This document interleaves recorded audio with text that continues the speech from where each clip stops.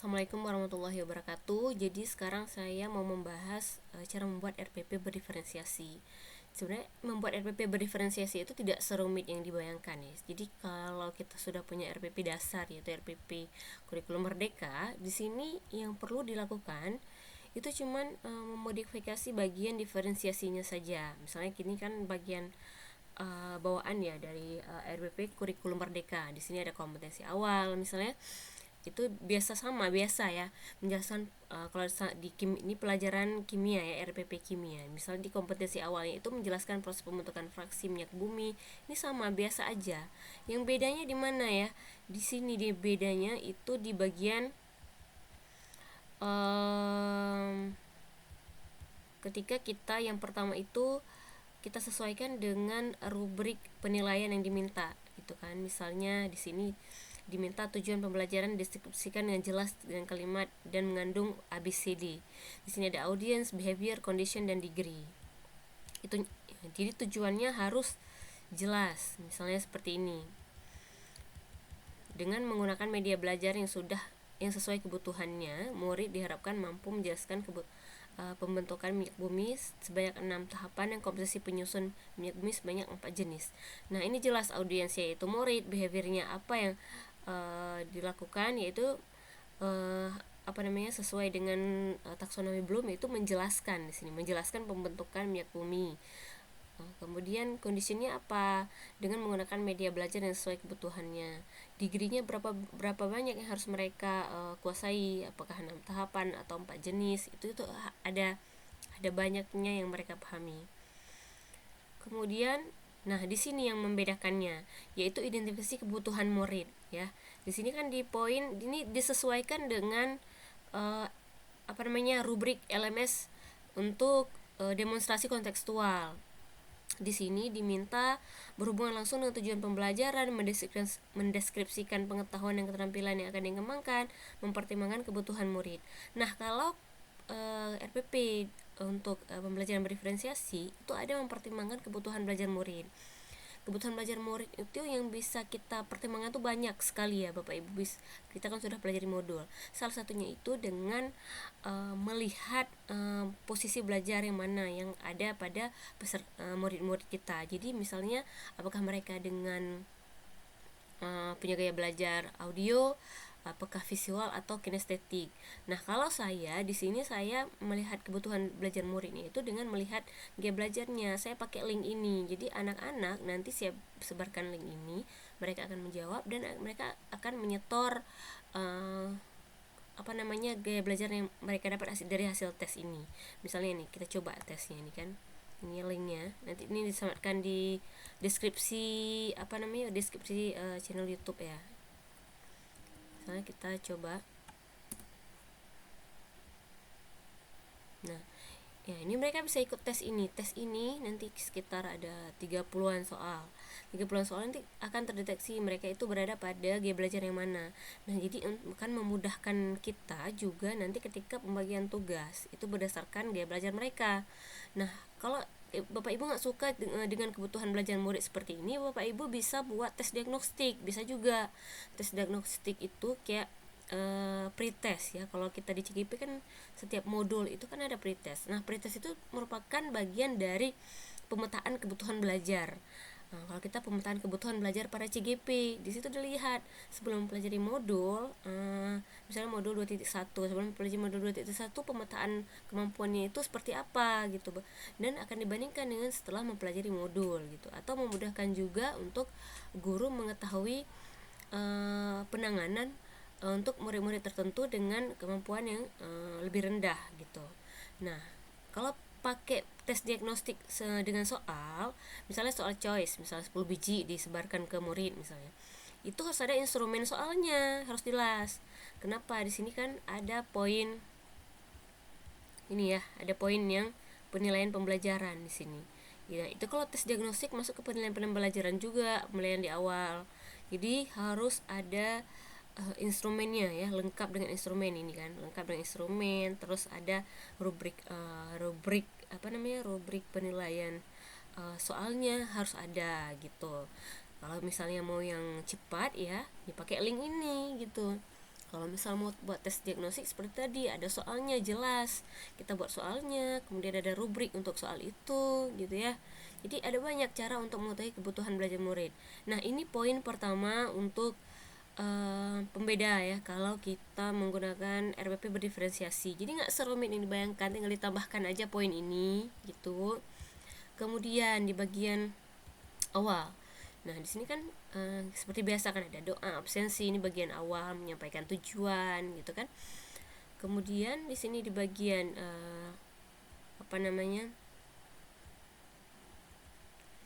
pendahuluan, kalau kira-kira ada yang perlu ditambahkan, boleh ditambahkan sesuai dengan pembelajaran diferensiasi. Tapi kalau saya tambahkan di bagian inti langsung. Di sini pas tadi diberikan motivasi. Biasa kan kita memberikan motivasi kan dengan kata-kata gitu kan, dengan menampilkan gambar gitu. Nah, di sini kita akan berusaha untuk memenuhi kebutuhan siswa tadi yang sudah kita identifikasi. Tapi Bapak Ibu nggak usah rumit. Di sini kan diminta untuk mana ya?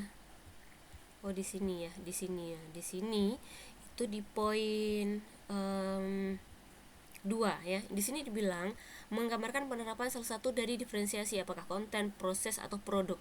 Salah satu saja Bapak Ibu tampilkan pembelajaran berdiferensiasinya, apakah mau di bagian konten atau bagian proses atau bagian produk. Kalau sanggup membuat ketiganya silahkan, tapi kalau tidak sanggup pilih saja. Tapi kalau saya di sini saya buat diferensiasi dari segi konten dan dari segi hasil ya. Prosesnya mungkin saya di sini nggak begitu nampak gitu. Nah, jadi saya dari segi konten itu di awal mulai dari motivasi itu dibuat melalui tiga cara ya. Ini 3 cara ini kinestetik. Nah, kalau dia visual kita menampilkan gambar nih kan, gambar. Nah, gambar tentang apa ya, apa aja dengan tergantung pelajaran Bapak Ibu yang relevan, yang kontekstual gambarnya dengan pelajaran materi pelajaran itu.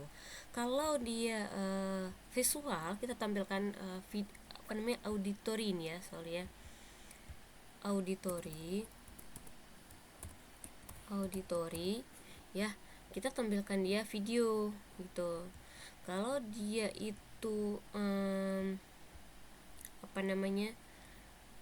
kinestetik, kita membawa benda itu dalam wujud nyata itu ke kelas gitu. Apa yang bisa menjadi kontekstual dari pembelajaran itu kita bawa ke kelas secara nyata, itu kalau kinestetik. Jadi memang digambarkan dari awal gitu. Ini adalah diferensiasi konten ya.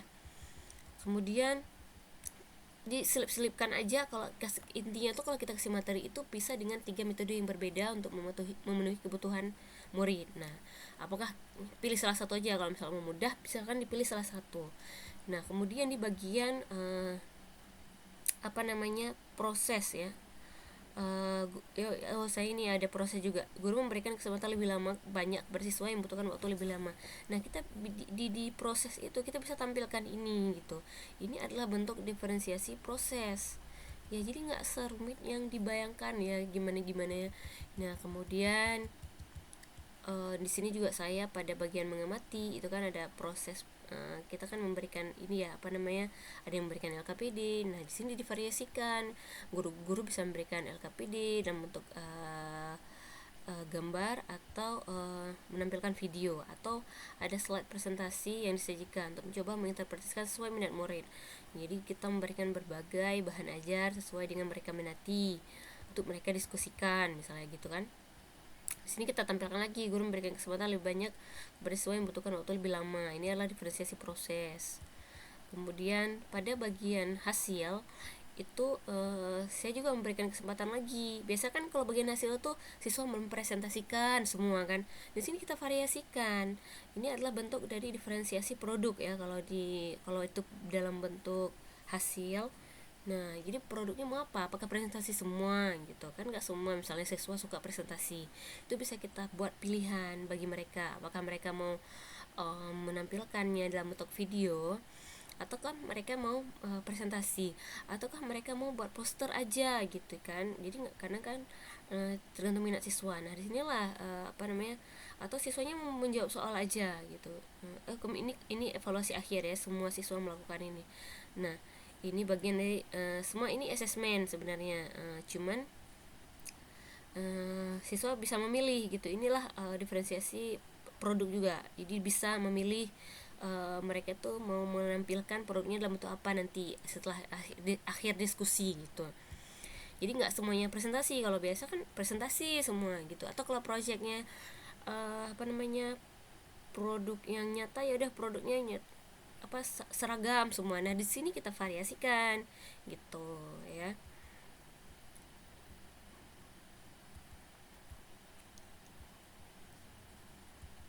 Gitu. Kemudian nah ini dia, mempresentasikan hasil produk kelompok sesuai pemilihan minat mereka sebelumnya, yaitu diferensiasi hasil. Udah gitu aja. Kemudian yang harus lengkap juga di sini itu adalah penilaiannya, ditekankan di sini ya, mana penilaian atau asesmen yang digunakan yang ada di sini. Biasanya kan asesmennya formatif, atau kalau ada asesmen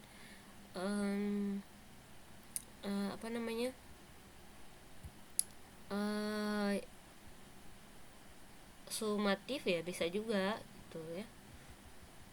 Tapi biasanya kan karena ini RPP singkat, penilaiannya adalah penilaian formatif. Kemudian Bapak Ibu, jadi jangan lari dari ini ya, dari LMS, dari rubrik yang ada di LMS ya. Di sini diminta adalah penilaian yang dilakukan mencakup penilaian pengetahuan, ada penilaian keterampilan dan penilaian sikap di sini. Ya. Jadi nih. Jadi penilaian apa aja yang kita gunakan di RPP itu kita cantumkan di sini dengan lengkap.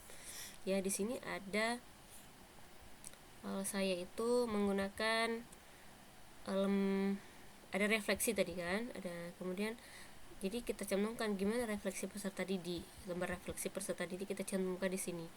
Kemudian saya tadi kan memberikan pilihan kepada siswa, jadi ketika banyak banyak minat siswa, indikatornya yang kita gunakan tuh tetap sama. Jadi meskipun mereka memilih dengan berbagai produk hasil kerja yang mereka pilih, ada yang video, ada yang presentasi, tapi kita punya poin penilaian yang sama, yaitu siswanya tetap bisa menentukan materi minyak bumi sebanyak 6 tahap, ada 4 jenis komposisi penyusun minyak bumi. Ini semuanya bisa terpancar dari berbagai produk hasil yang mereka kerjakan gitu, ya kan? Ini kalau bentuk video. Kemudian ini kalau rubrik penilaian presentasi, sama di presentasi itu harus mencerminkan tujuan pembelajaran yang kita buat tadi juga, minyak bumi yang mencakup 6 tahap dan 4 komposisi penyusun minyak bumi. Jadi walaupun mereka ibaratnya itu banyak jalan menuju Roma, meskipun jalannya beda-beda, tetapi mereka bisa mencapai tujuan pembelajaran yang sama begitu. Jelas. Kemudian ini untuk penilaian sikapnya itu adalah penilaian sikap sesuai profil pelajar Pancasila gitu kan. Nah, di sini misalnya kan ada sikap pelajar Pancasila yang mau kita nilai, apakah beriman bertakwa, kriterianya gimana. Kalau misalnya 4, selalu menunjukkan sikap beriman dan berakhlak mulia di sepanjang pembelajaran. Kemudian kebinekaan global, misalnya selalu menghargai perbedaan dan sangat toleransi di sepanjang pembelajaran gitu. Nah, gimana cara membuat rubrik ini? Ini rubriknya itu mudah Bapak Ibu, tinggal dibuat dengan Chat GPT ya. Jadi ketik aja Chat GPT-4 kayak gini. Kemudian pilih GPT-4, kemudian pilih try on Chat GPT. Nah, kemudian tinggal diketik aja di sini.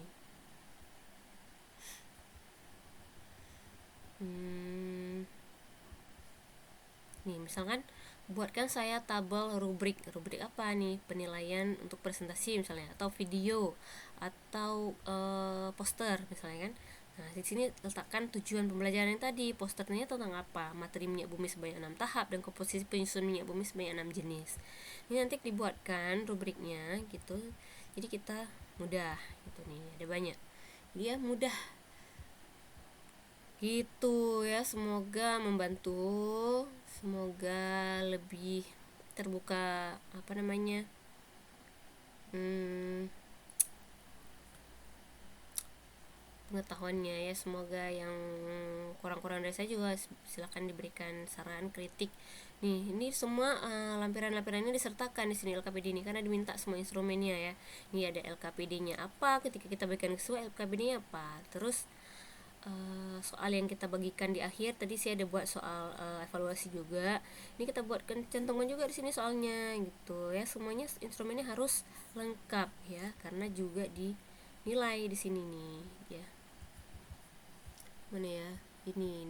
Nah, kan di sini di bagian penilaian mendeskripsikan strategi dan alat penilaian yang akan digunakan lengkap dengan instrumen. Jadi kalau kita pakai alat penilaian ini apa? Soalnya apa gitu ya, ada. Kemudian bagaimana untuk menilai soal itu, memberikan penilaian terhadap siswa mengerjakan soal. Misalnya presentasi, apa instrumennya? Penilaian kan cukup penilaian pengetahuan. Nah, seperti tadi apa penilaian pengetahuannya? Yaitu penilaian pengetahuannya itu saya membuat tes kognitif itu menjawab soal ya kan. Karena kan kalau pengetahuan kan menjawab soal ya. Nah, kalau misalnya keterampilannya apa? Presentasi itu bagian keterampilan ya. Jadi ada presentasi, membuat video itu bagian keterampilan. Kemudian sikap yang tadi, yang instrumen membuat instrumen profil pelajar Pancasila yang kita nilai selama pembelajaran. Gitu Bapak Ibu. Jadi tidak serumit yang kita bayangkan. Kita juga bisa buat rubriknya dari ChatGPT ya. Tuh, demikian. Semoga bermanfaat.